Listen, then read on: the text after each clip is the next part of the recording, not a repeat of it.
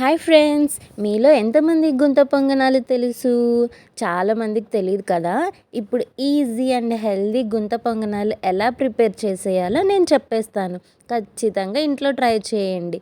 చాలామందికి తెలియక బయటికి వెళ్ళినప్పుడు బయట ఎక్కువ తినడానికి ప్రిఫర్ చేస్తారు. సో అలా కాకుండా ఇంట్లోనే ఈజీగా చేసుకోవడం ఎలానో నేను చెప్పేస్తాను.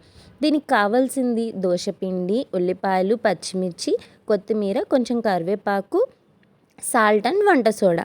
ఈ ఈ పచ్చిమిర్చి, ఉల్లిపాయలు, కొత్తిమీర, కరివేపాకు, సాల్ట్, వంట సోడా మొత్తం దోసపిండిలో కలిపేసి బాగా మిక్స్ చేసేసుకొని ఇలాంటి ఒక గుంతలున్న ప్యాన్ని తీసుకొని వాటిలో పిండి వేసేసేయాలి. అలా పిండి వేసేసి దానిపైన మళ్ళీ కొంచెం ఆయిల్ పోసి ప్లేట్ పెట్టేసి కాసేపు వేడవ్వనివ్వాలి. ఒక సైడ్ బాగా కాలిన తర్వాత ఇంకొక సైడు ఇలా రివర్స్ చేసుకోవాలి. ఇలా రివర్స్ చేసుకోవడం వల్ల 2 సైడ్స్ బాగా కాలి మంచి టేస్ట్ అయితే వస్తాయి. అండ్ ఇలా ఈజీగా హెల్తీగా ఇంట్లో ట్రై చేసుకుంటే చాలా బాగుంటుంది కదా. సో మీరు కూడా తప్పకుండా ట్రై చేయండి.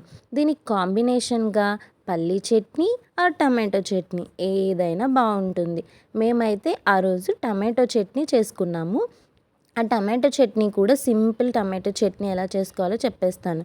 ఉల్లిపాయలు, టమాటో, కొంచెం ఉప్పు, కారం వేసి బాగా మిక్స్ చేసేస్తే టమాటో చట్నీ కూడా రెడీ అయిపోతుంది. సో మా టమాటో చట్నీ రెడీ అయిపోయింది. గుంత పొంగనాలు కూడా రెడీ అయిపోయాయి. ఇప్పుడు ప్లేట్లోకి ఒక గుంత పొంగనాలు తీసేసుకొని టమాటో చట్నీ వేసేసుకొని టేస్ట్ చేసేద్దాం. ఫస్ట్ అయితే లక్కీకి టేస్ట్ చేయమని చెప్పాను. లక్కీకి కూడా తెలియక బయటికి వెళ్ళినప్పుడు ఇదేంటి గుంత పొంగనాలు ఎలా ఉంటాయి టేస్ట్ అని అడిగేది. సో మా ఇంటికి వచ్చినప్పుడు ఫస్ట్ అయితే ఆ రోజు టిఫిన్గా గుంత పొంగనాలే చేపించాను అమ్మతో.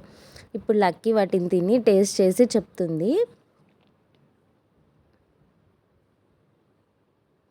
లక్కీకి అయితే చాలా బాగా నచ్చాయి. ఇంకా లాస్ట్‌లో నేను కూడా మా అమ్మ చేతి గుంత పొంగనాలు టేస్ట్ చేసేసాను. నాకు కూడా చాలా బాగా నచ్చాయి. మీరు కూడా ట్రై చేయండి.